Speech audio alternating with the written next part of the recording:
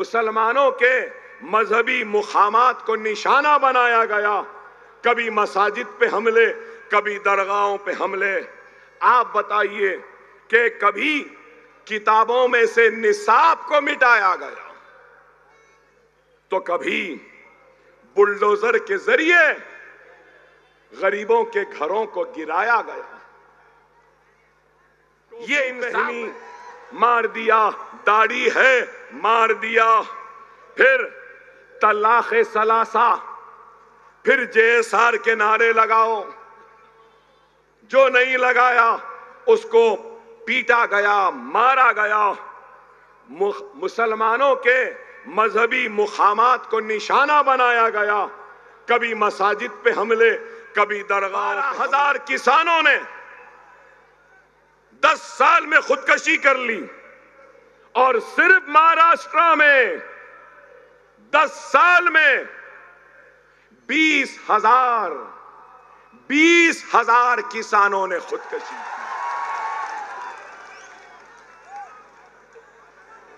हर 15 minute में एक rape होता है। हर 15 मिनट में एक औरत का रेप हो रहा है। और फिर नरेंद्र मोदी, ये बीजेपी और ये लोग कहते हैं कि हमारा मुल्क अच्छा है। हर 15 मिनट में एक रिपोर्टेड रेप। 1,12,000 किसानों ने 10 साल में खुदकशी कर ली और सिर्फ महाराष्ट्र में 10 साल में 20,000 किसानों ने खुदकशी की। क्या यह तरक्की है? क्या यह खुशहाली है? क्या यह देश की मजबूती है? लेकिन एक तरफ यह है तो दूसरी तरफ क्या है? दूसरी तरफ 10 साल में आते ही सबसे पहले क्या? लव जिहाद, घर वापसी, रामजादे हरामजादे, मॉब लिंचिंग, टोपी पहनी मार दिया, दाढ़ी है मार दिया, फिर तलाक़े सलासा, फिर जेएसआर के नारे लगाओ। जो नहीं लगाया उसको पीटा गया, मारा गया। मुसलमानों के मजहबी मुकामात को निशाना बनाया गया। कभी मसाजिद पे हमले, कभी दरगाहों पे हमले। आप बताइए कि कभी किताबों में से निसाब को मिटाया गया तो कभी बुलडोजर के जरिए गरीबों के घरों को गिराया गया। ये इंसाफ है? न सिर्फ ये बल्कि पुलिस की कस्टडी में जो लोग हैं जिनकी हिफाजत करना पुलिस की जिम्मेदारी है, जो जुडिशियल कस्टडी में है, पुलिस के निगरानी में है, वो दवाखाने को जाते हैं तो उनको गोलियां मार दी जाती है। क्या ये इंसाफ है? क्या ये कामयाब हुक्मरानी है? मैं पूछना चाहता हूं, सीएए एनआरसी के जरिए डराने की कोशिश, अब वक्फ अमेंडमेंट बिल के जरिए डराना चाहते हैं।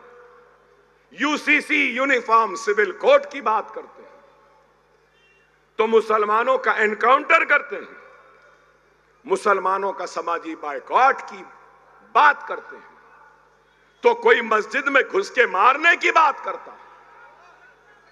आप बताओ, क्या हिंदुस्तान का मसला वो किसानों की खुदकशी, क्या लव जिहाद, घर वापसी से कम हो जाएगी?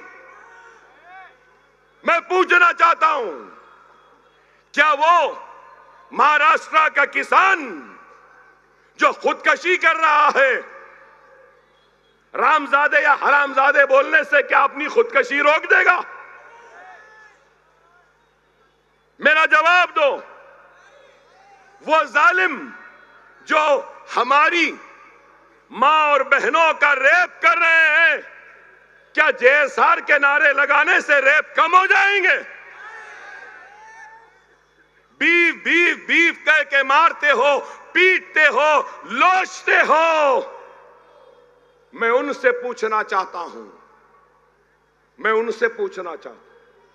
खराब दिखेगा। गौ रक्षक है ना गौ रक्षक, जो गौ माता की रक्षा करते हैं, करना चाहिए। हिंदू मजहब में गौ को माता कहा जाता है और उसका कोई रक्षक है तो अच्छा है, गलत बात नहीं है। मगर उन गौ माता के रखवालों से, गौ रक्षकों से मेरा सवाल है। दुनिया के चौथे नंबर पर जो बीफ एक्सपोर्ट करता है, उस मुल्क का नाम इंडिया है, भारत है, हिंदुस्तान है। भाई सालाना 25,000 करोड़ का बीफ इंडिया से एक्सपोर्ट होता है। गौ रक्षकों, गौ माता के रखवालों, मेरा तुमसे सवाल है, बीफ एक्सपोर्टर से इलेक्टोरल बॉन्ड, मतलब बीजेपी, मोदी, योगी, अमित शाह ने इलेक्टोरल बॉन्ड में बीफ एक्सपोर्टर से करीब 500 करोड़ का चंदा लिया। अल्हम्दुलिल्लाह। 4 जूनियर कॉलेज भी है मेरे, 4 जूनियर कॉलेज है। आइंदा साल 2 डिग्री कॉलेज भी शुरू हो रहे हैं मेरे अपने। और सुनिए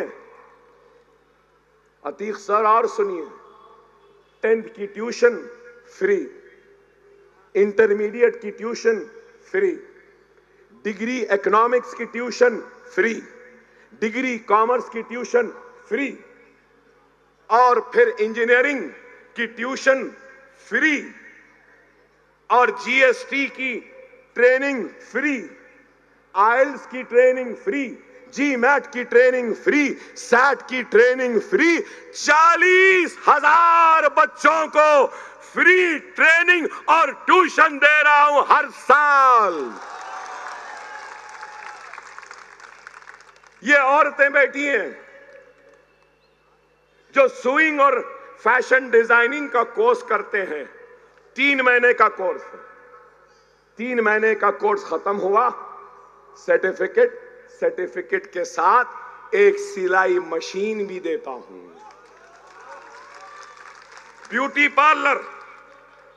ब्यूटी पार्लर का कोर्स करे तो ब्यूटी पार्लर का किट भी देता हूं।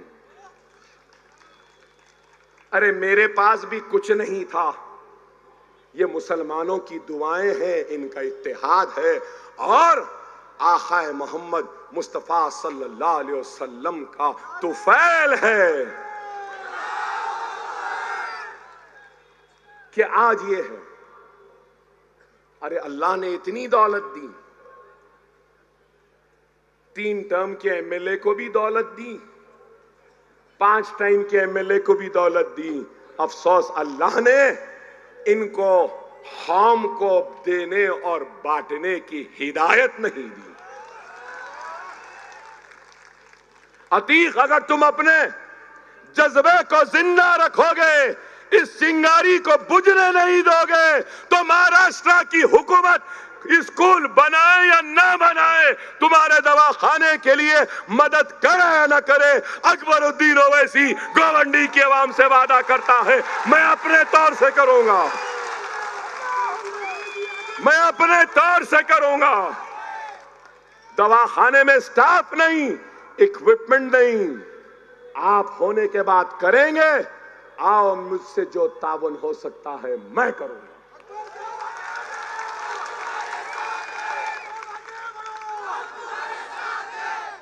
10 स्कूल हैदराबाद में बने, इंशाअल्लाह अतीक जीत जाएगा तो अकबर ओवैसी का 11वां स्कूल गोवंडी में बनेगा। हम बनाएंगे। अरे हम सिर्फ बातें नहीं करते, बता दो कौन है हिंदुस्तान में मोदी पढ़ा रहा है एक बच्चे को अपनी जेब से? अरे पढ़ा भी रहे हैं तो टैक्स पेयर के सरकारी पैसों से। अगर कुछ दे रहे हैं तो अपने बाप का नहीं दे रहे हैं, हमारा पैसा है जो दे रहे हैं। हमारे दवाखाने भी है, मालूम आपको? एक 2000 बिस्तर का और एक 1500 बिस्तर का, मालूम आपको? डिलीवरी फ्री होती है हमारे पास। ऑपरेशन से बच्चा 6000 में, डायलिसिस 500 रुपये में, आंखों का मोतिया का लेंस के साथ operation free, general ward free, 3 time के खाने के साथ फ्री। क्या किसी एक लीडर ने ऐसा काम किया? किसी ने किया? अरे हमने किया। खुदारा समझो मेरी बात को। बड़ा अफसोस हुआ जब अतीक साहब को सुना कि गोवंडी में डिग्री कॉलेज नहीं, गोवंडी में इंजीनियरिंग कॉलेज नहीं, गोवंडी में बैंक नहीं, गोवंडी में एटीएम के मशीन भी नहीं। सही है ना? एटीएम के मशीन नहीं है, डायग्नोस्टिक फैसिलिटी नहीं है, बराबर रोड नहीं, बराबर पानी नहीं, और डोनार पंपिंग यार्ड। पूरे मुंबई का कचरा यहां पे। अरे क्या 15 साल में कचरे को कम करने का, कचरे को उठाने का कुछ काम नहीं कर सकते थे? कर सकते थे, बशर्त ये कि जज्बा होना था, नीयत होनी थी, ईमानदारी होनी थी। अपने जेबों को भरने से फुर्सत नहीं मिली, इसलिए यहां लाके बंबई का कचरा फेंकते रहे। और मैं गलत नहीं तो ये लोग का भी इसमें परसेंटेज है। अरे ये कचरे का भी इस्तेमाल हो सकता है, एनर्जी बनाई जा सकती है। और आपको शायद नहीं मालूम, ये कचरे से किसानों की खाद भी बनती है, किसानों का मिनरल भी बनता है। इस्तेमाल कर सकते, लेकिन नहीं, इनको सिर्फ अपने जेबों को भरने की जरूरत है।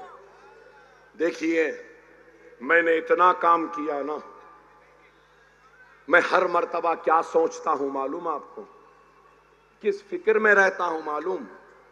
कि इतना काम किया, अब 50 बरस का हूं, मैं बीमार हूं, मुझे 3 गोलियां मारी गई थी, 70 मर्तबा चाकुओं से मारा गया, कुड़ाड़ी से, तलवार से ये हाथ तो मेरा खुलता ही नहीं है, अंतड़ियां नहीं, गुर्दे खराब। मेरी एक ही फिक्र रहती है कि मैं जिंदगी में इतना तो कर दिया, मेरे मरने के बाद मेरे इस काम का क्या होगा? ये मेरी फिक्र है। मगर मैं गोवंडी वालों से कह रहा हूं, मैं किसी को बुरा नहीं कहूंगा।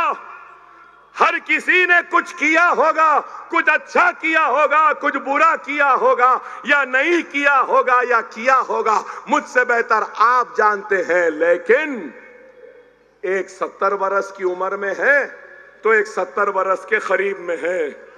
अब आप बोलो,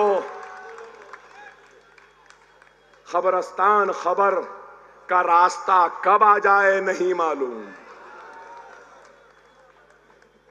अच्छा कर लिए ना 70 बरस तक, अब इबादत करो, अल्लाह अल्लाह करो, तौबा तौबा करो, माफी मांगो, नौजवानों के हाथों में दे दो, नौजवान इस गोवंडी को आगे ले जाएगा।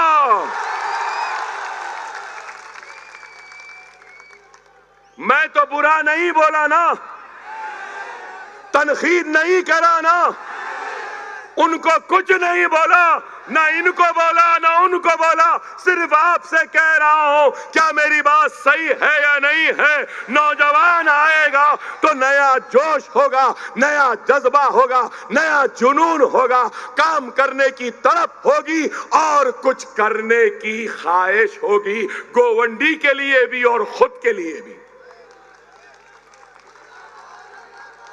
इसलिए कह रहा हूं, मैं जानता हूं आप लोग कुछ और सुनने आए थे,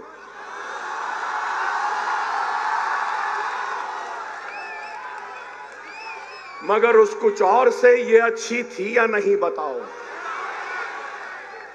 अरे मेरे भाई, फर फर फर फर फर फर तकरीर करना आसान है, उसका जादू तो अकबरुद्दीन ओवैसी को आता है। अपने अल्फाज के जादू में बहाकर ले जाना भी आता है, लेकिन मैं सिर्फ तकरीर नहीं करता हूं, मैं अमली तौर पे भी काम करता हूं और उस काम को आप तक पहुंचाना चाहता हूं। वो काम जो हमने हैदराबाद में शुरू किया, उस काम को हिंदुस्तान के कोने कोने में पहुंचाना चाहता हूं।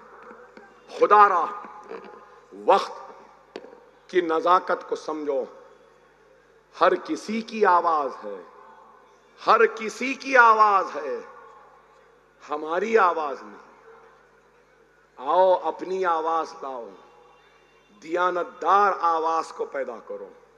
आज शिवसेना के दो टुकड़े हैं, उद्धव सेना, शिंदे सेना।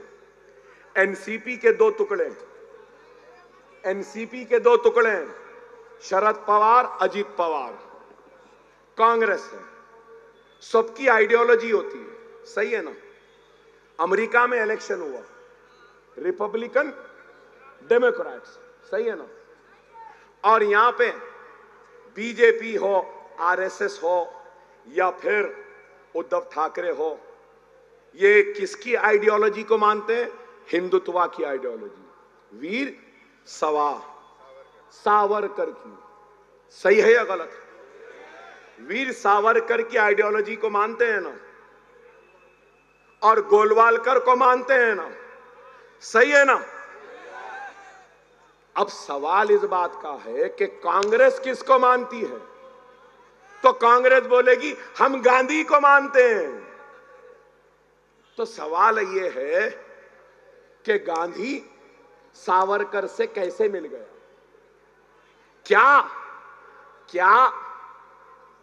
क्या राहुल गांधी, सोनिया गांधी, प्रियंका गांधी वीर सावरकर की तारीफ कर सकते हैं?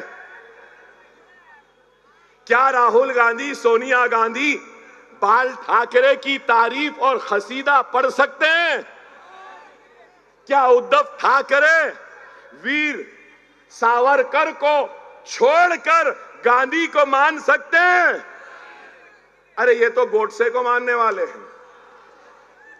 तो फिर ये लोग कैसे एक हो गए? आइडियोलॉजी कहां है? ना खाऊंगा ना खाने दूंगा।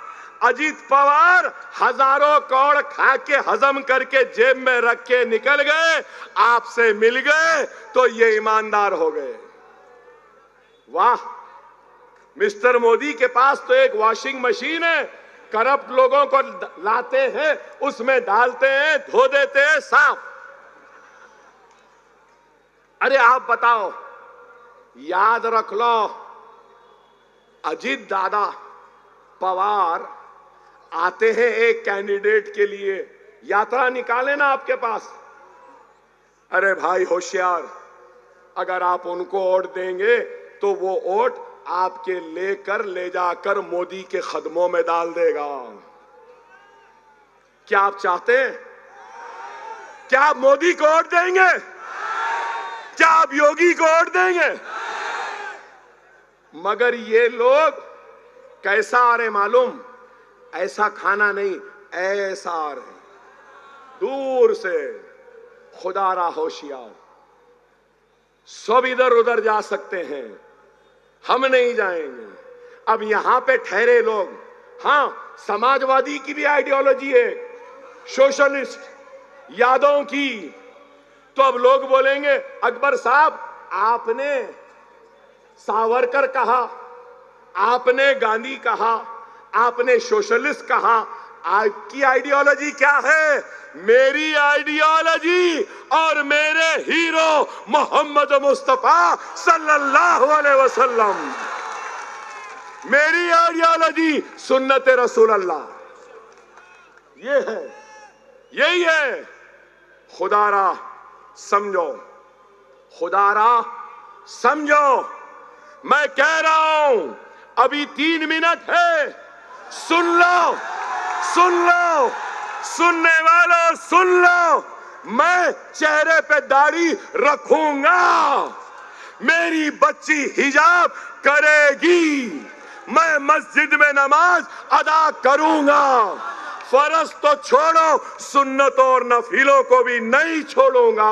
मैं हिंदुस्तानी हूं और हिंदुस्तान पे एक सर पे टोपी पहनने वाले का भी उतना ही हक है जितना माथे पे तिलक लगाने वाले का है। ये मुल्क मेरा भी था, मेरा भी है, ये मुल्क किसी के बाप की जागीर नहीं है,